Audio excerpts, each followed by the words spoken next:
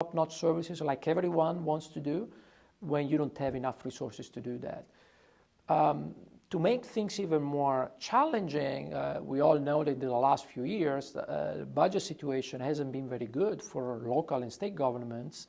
And so on the side of policymakers and public elected officials, there is, I think, more appetite for solutions that could not necessarily cut services, but maybe save a little bit of money, or at least make sure that the money that is invested in our government services is used at the best of its potential and its efficiency. So when you couple these two things, you know, an increased need for fiscal accountability and perhaps fiscal restraint, and a need for increased level and quality of services, then I think the issue of sharing some of those services becomes more important. Now, the question is how exactly you're going to do it. It's not that simple. Most local health departments are not willing or able or ready to say we are going to cease to exist and we are going to merge with the health department next door. Nor would that be necessarily the best solution in every case. But probably most health departments will be willing and able and ready to say, let's look into this. Let's consider if there are other options that can make us more competitive and efficient without losing our identity. You think, Pat? I'm in agreement, Gianfranco, but I would add, I would add a couple of things to that. I think we have to use the term resources in its broadest sense. Too often we use the word resources and we hone in on the dollars involved. But resources are also the skills, the capabilities, the capacities, which are not always readily available or necessarily needed on a full-time basis at the size and scale of all of the health departments we're talking about. So one way of looking at the potential benefits of cross-jurisdictional sharing, and I think some of the driving forces behind it, is a quality improvement approach and a business-like approach to maximize the potential of the resources we do have in ways that meet the respective demands of different jurisdictions. Each jurisdiction may not have a need for a full-time epidemiologist, but all health departments need to have an epidemiologist available to them, if not their own on a full-time basis. How do we make that happen? How do we do that in a context of local autonomy, issues of community ownership and the like are some of the challenges, I think, as we look through this. But the idea of resource management, improving the efficiency in ways that also improve the public health effectiveness is what we're trying to achieve here.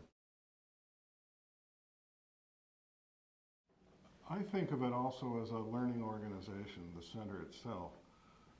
Yes, we want to be in a position to assist and help the sites meet their goals, move their agenda forward in terms of the sharing models they're looking at. But perhaps more importantly, I think the center has a role in extracting the learning from that, possibly distilling that learning in ways that may be a bit more generic, and then making that available to the public health and policy-making communities at large.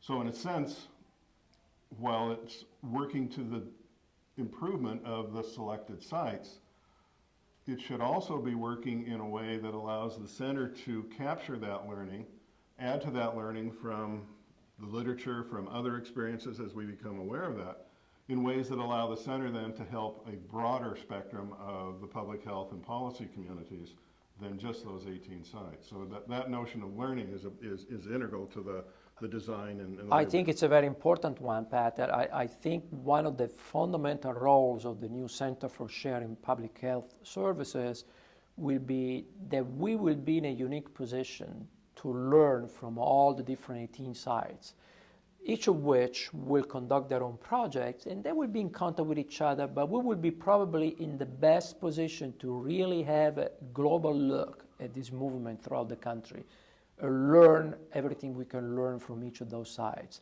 and then sharing the knowledge not only among the sites, but to spread the knowledge beyond those 18 sites. And so there will be a spillover effect if our project, as I hope, is successful. They will go way beyond 18 teams throughout the country, but it can reach the public health community at large. There's a resistance to prescribed approaches. We saw that in part from public health officials. We saw it in part from elected officials. If I'm given an algorithm kind of an approach, you 5 counties have to join together, and if that's in a sense provided top down, it may be resisted on a principle without full consideration of the potential public health merits. But that's driven in part, at least my sense, we have to remember in public health, we've spent the last 20 plus years developing a notion within the public health community of a public health system. And we haven't paid enough attention to the civics environment in which that public health system operates. Most often, local health departments are part of a local government system also. In the actual decision making, that is the authorizing decision to enter into a joint relationship, doesn't rest with the public health official, it rests with the body, the policy-making body, oftentimes an elected body, that has the authority to enter into that. And we have to make sure they're engaged in this in a way that